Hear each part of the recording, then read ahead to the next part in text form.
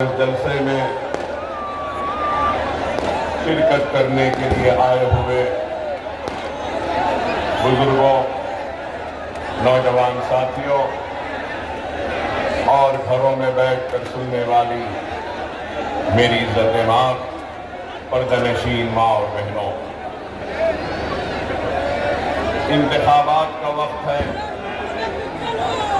انتخابی سرگرمیوں کا آغاز ہو چکا ہے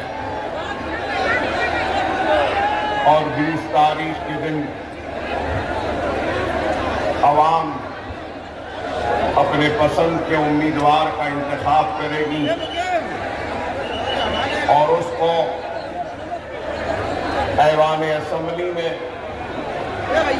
اپنا نمائندہ بنا کر بھیجے گی اور اس امید کے ساتھ بھیجے گی کہ وہ ان کے مسائل کی ترجمانی کریں گے، ان کے دکھ اور درد کو اقتدار پر بیٹھے ذمہ داروں کے سامنے پیش کریں گے، ان کے مسائل کو نہ صرف پیش کریں گے بلکہ ان کا حل بھی ڈھونڈ کر اس کو حل کروائیں گے۔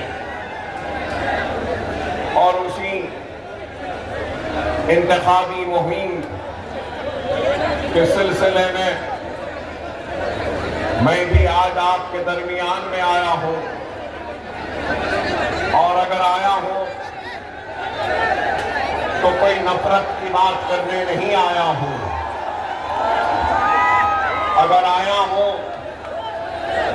تو کسی کے جذبات کو ٹھیس پہنچانے کے لیے نہیں آیا ہوں، اگر آیا ہوں تو کوئی نفرت کی بات کرنے کے لیے نہیں آیا ہوں، اور اگر آیا ہوں تو یہاں مذہبی منافرت کو پھیلانے کے لیے نہیں آیا ہوں۔ میں آج آپ کے درمیان میں اپنے دکھ کو لے کر آیا ہوں، اپنے درد کو لے کر آیا ہوں، اپنے کرب کو لے کر آیا ہوں، اپنے ساتھ اور میرے بھائیوں کے ساتھ ہونے والی ناانصافی کو لے کر آیا ہوں، اور ہندوستان کی سب سے بڑی اقلیت مسلمان کے ساتھ حق تلفی جو ہو رہی ہے، اس حق تلفی وہ ناانصافی کو بیان کرنے کے لیے آپ کے درمیان میں آیا ہوں۔ اور اس بات سے کوئی انکار نہیں کر سکتا کہ اگر کسی ملک کی ترقی ہو یا کسی ریاست کی ترقی ہو یا کسی شہر کی ترقی ہو تو ترقی اس وقت تک مکمل نہیں ہو سکتی جب تک کہ اس کے ترقی اور اس کی خوشحالی کا حصہ ہر شہری کو نہ ملے۔ اور ہندوستان ایک ایسا گلدستہ ہے جس گلدستے میں ہندو بھی ہے، مسلمان بھی ہے، سکھ بھی ہے، عیسائی بھی ہے، پارسی بھی ہے۔ اس گلدستے میں اللہ کو ماننے والے بھی ہیں، بھگوان کو ماننے والے بھی ہیں، گاڈ کو بھی ماننے والے ہیں۔ تو اس گلدستے میں ایسے بھی لوگ ہیں جو اللہ، بھگوان یا گاڈ کو نہیں مانتے۔ یہ ملک سب کا ہے، یہ ملک صرف میرا نہیں ہے، یہ ملک صرف نریندر مودی کا نہیں ہے، یہ ملک صرف راہل گاندھی کا نہیں ہے، یہ ملک سب کا برابر کا ہے۔ اور اس ملک میں رہنے والا اس شہر اور اس ملک پر اپنا حق اتنا ہی رکھتا ہے جو دوسروں کا ہے۔ لیکن افسوس کے ساتھ مجھے یہ کہنا پڑتا ہے کہ آج ہم مسلمانوں کو اس ملک کا شہری کم بلکہ اس ملک کے کرایہ دار کی طرح دیکھا جا رہا ہے، ہم کو دوسرے درجے کی شہری کی طرح دیکھا جا رہا ہے۔ میں دوسرے درجے کا شہری نہیں ہوں، میں پہلے درجے کا شہری ہوں۔ میں آج آپ کے سامنے اگر آیا ہوں تو جواب طلب کرنے آیا ہوں ان لوگوں سے جنہوں نے کبھی نعرہ دیا تھا سب کا ساتھ، سب کا وشواس۔ تو میں پوچھنا چاہتا ہوں کہ مجھے تم نے اپنے ساتھ سے محروم کیوں رکھا؟ مجھے اپنے وشواس سے محروم کیوں رکھا؟ تم نے مجھے وکاس سے محروم کیوں رکھا؟ کیا میں اس ملک کا شہری نہیں؟ آج اگر ہم آتے ہیں عوام کے درمیان میں تو ہم ایسے سوالات کرتے ہیں تو ہمارے یہ سوالات برے دکھتے ہیں۔ ہندوستان کا غریب شہری، چاہے وہ ہندو ہو، مسلمان ہو، سکھ ہو، عیسائی ہو یا کسی بھی مذہب سے تعلق رکھنے والا ہو، وہ کیا چاہتا ہے؟ اطمینان کی سانس، اطمینان کی نیند، 3 وقت کی روٹی نہیں تو 2 وقت کی روٹی، اپنے بچوں کو پڑھانے کے لیے اسکول، کھیلنے کے لیے میدان، اور پھر آگے پڑھنے کے لیے کالجز، اور تعلیم کے بعد اس ڈگریوں کے ذریعے نوکری چاہتا ہے، خوشحالی چاہتا ہے، ترقی چاہتا ہے۔ وہی میں بھی چاہتا ہوں۔ میں بھی چاہتا ہوں کہ میرے گھر محفوظ رہے، میں بھی چاہتا ہوں کہ میرے بچوں کو پڑھنے کے لیے اسکول ملے، میں بھی چاہتا ہوں کہ میرے بچوں کو پڑھنے کے لیے کالجز ملے، میں بھی چاہتا ہوں کہ میرے بچوں کو کھیلنے کودنے کے لیے گراؤنڈز ملے، میں بھی چاہتا ہوں کہ اگر میرے گھر میں میرے بزرگ بیمار ہو تو ان کے علاج کے لیے دواخانے ہوں۔ میں بھی وہی چاہتا ہوں کہ جب ڈگریاں حاصل کر لوں تو مجھے نوکریاں دی جائیں۔ کیا یہ چاہنا کوئی گناہ ہے؟ کیا یہ مطالبہ کرنا کیا غلط ہے؟ لیکن آج جب ہم ان مطالبات کو رکھتے ہیں تو ہم کو اس ملک کا دشمن کہا جاتا ہے، یا پھر ہم سے کہا جاتا ہے کہ یہ بھڑکاؤ بھاشن دے رہے ہیں۔ مجھے آتا ہی آپ بتائیے، کیا اس میں کوئی بھڑکاؤ بات ہے؟ 2 وقت کی روٹی مانگنا کیا بھڑکانا ہے؟ کیا پڑھنے کے لیے اسکول کا مطالبہ کرنا کیا بھڑکاؤ ہے؟ کیا کھیل کود کے لیے میدانوں کا مطالبہ کرنا کیا بھڑکاؤ ہے؟ کیا بیماری کے وقت علاج کے لیے دواخانوں کا مطالبہ کرنا کیا بھڑکاؤ ہے؟ میں آرام سے اپنے گھر میں رہنا چاہتا ہوں، اپنے بچوں کو پڑھانا چاہتا ہوں اور اپنے مساجد میں عبادت کرنا چاہتا ہوں۔ اس ملک کے دستور نے ہر ایک کو اختیار دیا کہ وہ اپنے مذہب پہ قائم رہ سکتا ہے۔ ہندو کو اختیار ہے کہ وہ اپنے مذہب پہ قائم رہے، اپنے بھگوان کی پوجا کرے، منادر کے گھنٹے بجائے۔ تو مسلمان کو بھی اس ملک نے اجازت دی ہے کہ وہ اپنے مساجد سے اذان کی آواز دے اور نماز پڑھے۔ تو اس ملک نے عیسائیوں کو بھی اجازت دی ہے کہ وہ گرجا گھر میں اپنی عبادت کر سکے۔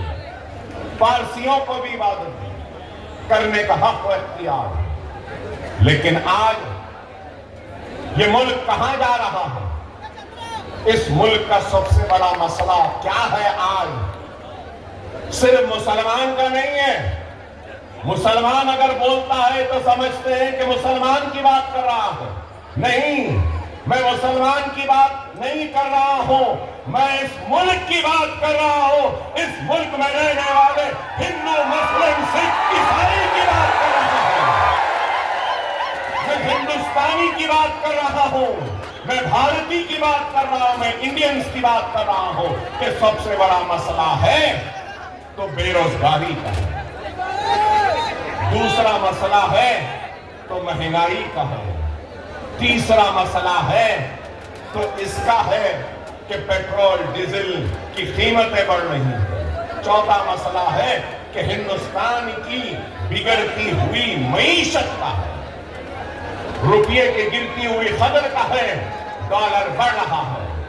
لیکن آج آپ بتائیے، نہ روزی کی فکر ہے، نہ روٹی کی فکر ہے، نہ ہی مہنگائی کو کم کرنے کی فکر ہے، نہ کسانوں کو خودکشی سے روکنے کی فکر ہے، نہ ہی بیماروں کے علاج کے لیے دواخانوں کو بنانے کی فکر ہے۔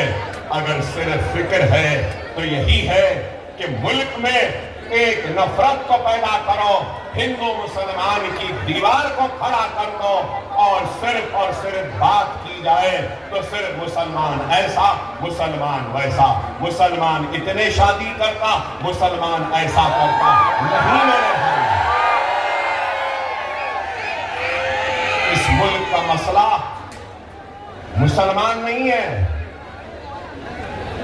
اس ملک کا مسئلہ بے روزگاری ہے، اس ملک کا مسئلہ غربت ہے، اس ملک کا مسئلہ پانی ہے، اس ملک کا مسئلہ اناج ہے۔ لیکن آج صرف باتیں اگر ہوتی ہیں تو کیا آپ بتائیے، میں پوچھنا چاہتا ہوں، جن لوگوں نے کہا تھا کہ 15 لاکھ لائیں گے، کیا لائے؟ بلیک منی کا خاتمہ کریں گے، کیا ہوا؟ کیا کرپشن کا خاتمہ ہوا؟ کیا مہنگائی کم ہوئی؟ کیا روزی ملی؟ کیا روٹی ملی؟ لیکن ان سارے مسائل سے توجہ کو ہٹا دیا، اور کیا؟ بس مسلمان مسلمان۔ ارے مسلمان، میں مسلمان ہوں، ہاں ہوں، مجھے ناز ہے، مجھے ناز ہے مسلمان ہونے پر، میں مسلمان ہونے پر شرمندہ نہیں ہوں، میں مسلمان ہونے پر خائف بھی نہیں ہوں، اور میں یہ فخر سے کہہ سکتا ہوں کہ میں ہندوستانی بھی ہوں، اور مجھے ہندوستانی ہونے پر فخر ہے۔ میں اس ملک کا وفادار تھا، ہوں اور رہوں گا۔ اللہ نہ کرے کہ ایسا وقت آئے گا کہ ملک کو ضرورت پڑے گی ہماری، تو اللہ اس کے رسول کی قسم سب سے پہلے ملک کے لیے اپنی جانوں کو، اپنے سینوں کو، گردنوں کو پیش کرنے والا مسلمان ہوگا، کیونکہ یہ ملک ہمارا ہے، ہم اس ملک کے شہری ہیں، اور دستور نے ہم کو حق دیا۔ لیکن آج اس ملک کو یہ کہاں لے جا رہے ہیں؟ کدھر لے جا رہے ہیں آپ بتائیے؟ پارلیمنٹ میں قانون آتے ہیں تو کون سا قانون؟ طلاق ثلاثہ۔ قانون آتا ہے تو CAA-NRC۔ اب دیکھیے قانون آیا تو وقف امینڈمنٹ۔ ارے آپ بتاؤ میرے بھائی، کیا ہندوستان کا مسئلہ مسلمان ہے؟ نہیں ہے، لیکن پھر بھی آج یہ لوگ صرف حقیقی مسائل پر سے توجہ ہٹانے کے لیے، اپنی ناکامی کو چھپانے کے لیے سہارا لے رہے ہیں، تو صرف اور صرف مذہب کا اور مسلمانوں کو خائف کر کر، ڈرا کر، ہندو بھائیوں کے دلوں میں مسلمانوں کے لیے نفرت کو پیدا کر۔ ہم کو اس سازش کو سمجھنا ہوگا، اپنے جذباتوں کو قابو میں رکھنا ہوگا۔ اگر ہم جذبات میں آ جائیں گے تو یاد رکھو، ہم دشمن کے جال میں پھنس جائیں گے۔ ہم کو چاہیے کہ ہم ان سازشوں کو سمجھیں اور ان سازشوں کا جواب دیں۔ ہم ان سازشوں کا جواب کیسے دے سکتے ہیں؟ ہم ان سازشوں کا جواب اپنے اتحاد کے ذریعے دے سکتے ہیں، اور ہم ان سازشوں کا جواب اپنے نمائندوں کے ذریعے دے سکتے ہیں۔ میں آپ سے یہ بات کہوں گا، ہمارے اوپر ناانصافیوں کا تو ایک ریکارڈ ہے، حق تلفی کا ریکارڈ ہے، ظلم کا ریکارڈ ہے، لیکن میں یہ بات کہوں گا کہ دنیا جانتی ہے کہ میں زوردار تقریر کر سکتا ہوں، شاندار تقریر کر سکتا ہوں، آپ کو الفاظ اور اپنے خطابت کے سیلاب میں بہا سکتا ہوں، اور اتنی زوردار تقریر کرتے جاؤں گا آپ کے آنکھوں سے آنسو بھی بہا سکتا ہوں، نعرے تکبیر اللہ اکبر کی آواز بھی گنجا سکتا ہوں، جذبات میں لا سکتا ہوں، لیکن اس کے بعد کیا ہوگا؟ میری آواز اور آپ کے جذبات انہی 4 گلیوں میں یا اس شہر میں دم توڑ دیں گی، لیکن یہی جذبات، یہی بے باکی اور یہی بیانی اگر ایوان اسمبلی میں ہوگی یا ایوان پارلیمنٹ میں ہوگی تو اقتدار نہ صرف سننے پہ مجبور ہوگا، وہ آواز جو اگر یہاں گونجے گی تو یہاں دم توڑ دے گی، لیکن اسمبلی اور پارلیمنٹ میں گونجے گی تو سارے ہندوستان کو سنائی دے گی، نہ ہی سارے ہندوستان بلکہ ساری دنیا کو سننے پہ مجبور کرے گی۔ اس لیے ہماری آواز کا ایوانوں میں جانا ضروری ہے، ایوانوں میں پہنچنا ضروری ہے۔ اگر ہماری آواز ایوان پارلیمنٹ یا ایوان اسمبلی میں نہیں ہوگی تو پھر کیا فائدہ بتاؤ؟ ہماری آواز اگر پارلیمنٹ میں گونجے گی، اسمبلی میں گونجے گی تو ہم اپنے مسائل کو رکھ سکتے ہیں۔ یہی ہے جمہوریت کا جشن جو آج آپ اور ہم منانے کے لیے ہے، تو بڑے ہی سوچ کے ساتھ، سمجھداری کے ساتھ، دور اندیشی کے ساتھ ہم کو اپنے ووٹ کا استعمال کرنا ہے۔ آج مسلمان ہیں، ساری دنیا میں مسلمان ہیں، ساری دنیا میں ہندو ہیں، ساری دنیا میں عیسائی ہیں، پارسی ہیں، مگر میں یہ بات کہوں گا کہ آج مسلمان کے پاس دولت ہے، کہیں پر پیٹرول کی دولت ہے تو کہیں پر سونے کی دولت ہے تو کہیں پر گیس کی دولت ہے۔ یاد رکھو میرے ہندوستان کے پیارے ہندوستانی مسلمانوں، تمہارے پاس پیٹرول اور سونے و گیس سے بڑی دولت ہے، اور وہ دولت تمہارا ووٹ ہے۔ اس کو سمجھو، اس کی اہمیت کو سمجھو، اس کی طاقت کو سمجھو۔ اگر آج ہم اپنے ووٹ کی اہمیت کو نہیں سمجھیں گے اور جمہوریت کا حصہ نہیں بنیں گے، اپنے ووٹ کا استعمال نہیں کریں گے، تو پھر ہم کیسے پوچھ سکتے ہیں کہ ہمارے ساتھ ناانصافی؟ ہم کیسے پوچھیں گے کہ ہماری حق تلفی ہے؟ خدا را اس بات کو سمجھو، حالات بڑے نازک ہیں۔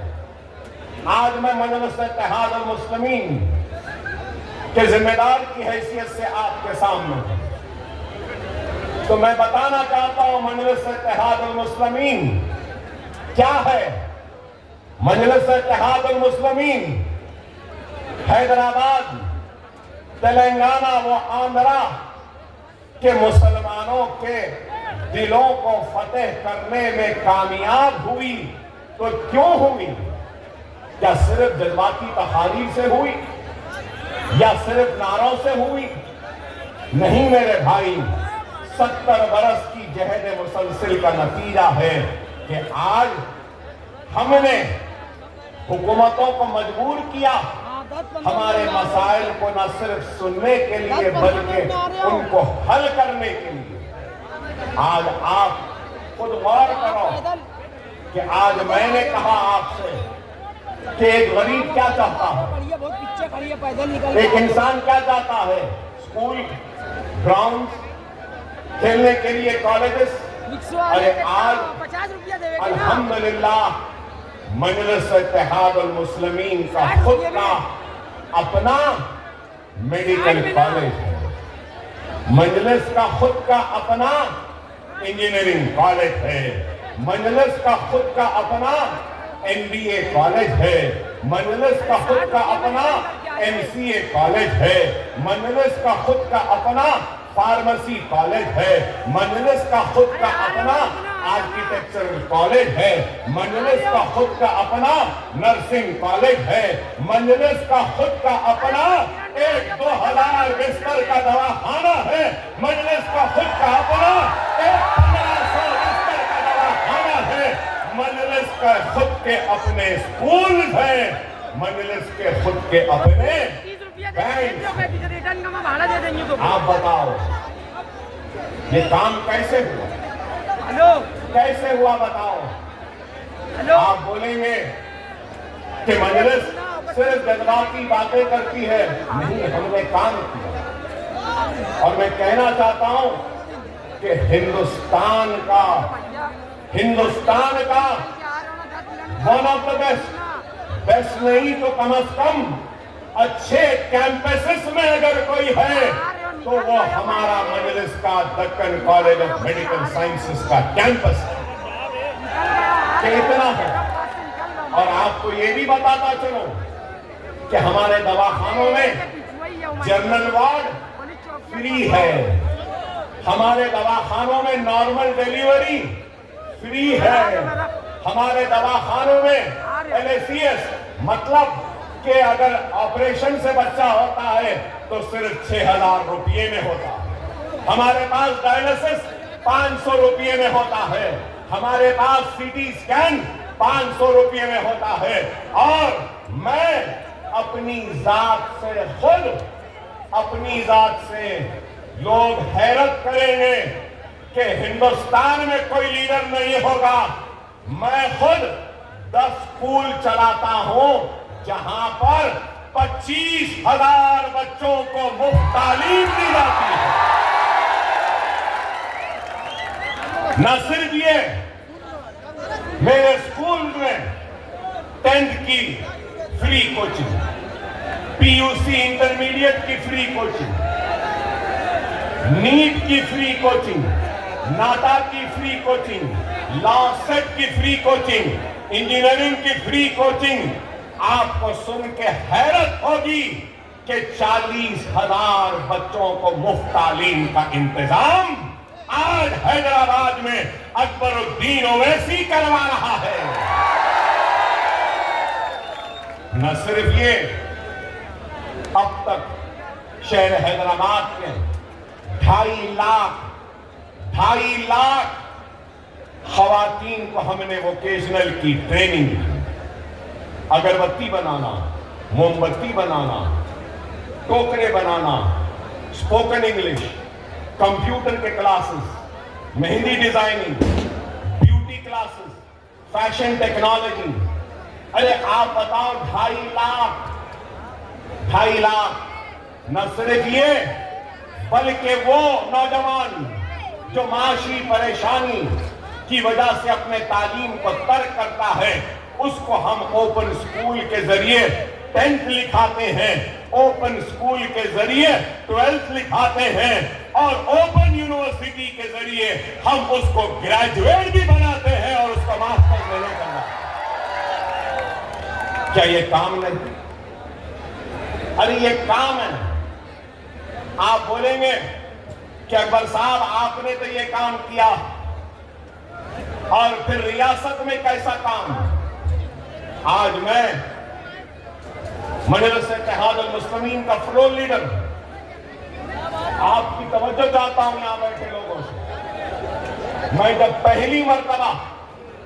پہلی مرتبہ مجلس کا فلور لیڈر بنا، کب؟ 2004 میں. 2004 میں جب فلور لیڈر بنا تو مائنورٹیز اقلیتوں کا بجٹ جو تھا وہ 26 کروڑ. کتنا؟ 26 کروڑ. اور آج میں جس ریاست سے آیا ہوں وہاں پہ مائنورٹیز کا بجٹ 3000 کروڑ کا ہے. کتنا؟ 3000. آپ بتاؤ کیا یہ کارنامہ نہیں ہے؟ آپ یہاں نوجوان کھڑے ہیں. ہماری ریاست میں کوئی بھی نوجوان ڈاکٹر بننا چاہے, انجینئر بننا چاہے, لائر بننا چاہے, MBA ماسٹرز کرنا چاہے, یا MCA کرنا چاہے, یا جو فارمیسی کرنا چاہے, یا آرکیٹیکچر کرنا چاہے, وہ صرف امتحان کو کوالیفائی کر لے اور حکومت اس کی پوری فیس دیتی ہے. کیا آپ کو معلوم 10 سال میں کتنے مسلمان بچوں کو اسکالرشپ ملی؟ کیا آپ جانتے ہیں؟ آپ کو سن کر حیرت ہوگی. تلنگانہ میں مسلمانوں کی آبادی کتنی ہے؟ تلنگانہ میں مسلمانوں کی آبادی 50 لاکھ ہے. کتنی؟ 50 لاکھ. اور مہاراشٹر میں مسلمانوں کی آبادی کتنی ہے؟ 1,44 لاکھ. 1,44 لاکھ مہاراشٹر میں ہے. ہمارے پاس 50 لاکھ. آپ کو سن کے حیرت ہوگی 10 سال میں, صرف 10 سال میں 28 لاکھ مسلمان بچوں کی اسکالرشپ حکومت نے ادا کی ہے. 28 لاکھ. غور کرو, 3000 بچے اوورسیز اسکالرشپ کے ذریعے لندن, امریکہ, کینیڈا, نیوزی لینڈ, آسٹریلیا میں جاتے ہیں, اور حکومت ان کو 20 لاکھ روپیہ دیتی ہے. کتنا؟ 20 لاکھ روپیہ دیتی ہے. پلین کا ٹکٹ دیتی ہے, ہاسٹل کی فیس دیتی ہے, اور سیمسٹر کی فیس دیتی ہے. ماسٹرز کرنے کے لیے گئے. نہ صرف یہ, مجلس کی نمائندگی پر شادی مبارک ایک اسکیم کا آغاز ہوا. آپ کو معلوم اب تک 3 لاکھ مسلم بچیوں کی شادیاں ہوئی ہیں. 1 لاکھ چلر روپیہ, 1,01,000 دیا جاتا ہے. 3 لاکھ بچیوں کی شادیاں ہوئی ہیں. شادی مبارک. کیا یہ کام نہیں؟ ارے ہم نے کام کیا. ارے آج آپ بتاؤ. اور پھر میں نے آپ سے کہا کہ 1,44 لاکھ مسلمانوں کی آبادی مہاراشٹر میں, تلنگانہ میں 50 لاکھ. مہاراشٹر کا بجٹ, اگر میں غلط ہوں تو مفتی صاحب مجھے ٹوک سکتے ہیں, مہاراشٹر کا بجٹ, مکمل بجٹ 6,12,000 کروڑ کا 6.12 لاکھ کروڑ کا بجٹ ہے. میں آپ سے بتانا چاہتا ہوں تلنگانہ کا بجٹ صرف 2,91,000.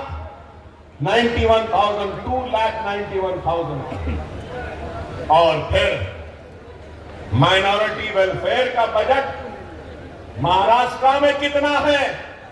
آپ کو سن کے حیرت ہوگی, 928 کروڑ. اور تلنگانہ میں مائنورٹیز کا بجٹ 3,003 کروڑ روپے ہے. آپ بتاؤ 6 لاکھ کروڑ کا بجٹ ہے. 1,000 کروڑ بھی ہمارا حصہ نہیں. تو کیا یہ ناانصافی نہیں تو کیا انصاف ہے؟ آپ بتاؤ. نہ صرف یہ, پوسٹ میٹرک اسکالرشپ کے لیے مہاراشٹر میں صرف 120 کروڑ. مہاراشٹر میں پوسٹ میٹرک اسکالرشپ کے لیے 120, اور ہماری ریاست تلنگانہ میں 420 کروڑ. اور وقف بورڈ کو جو گرانٹ دی جاتی ہے مہاراشٹر میں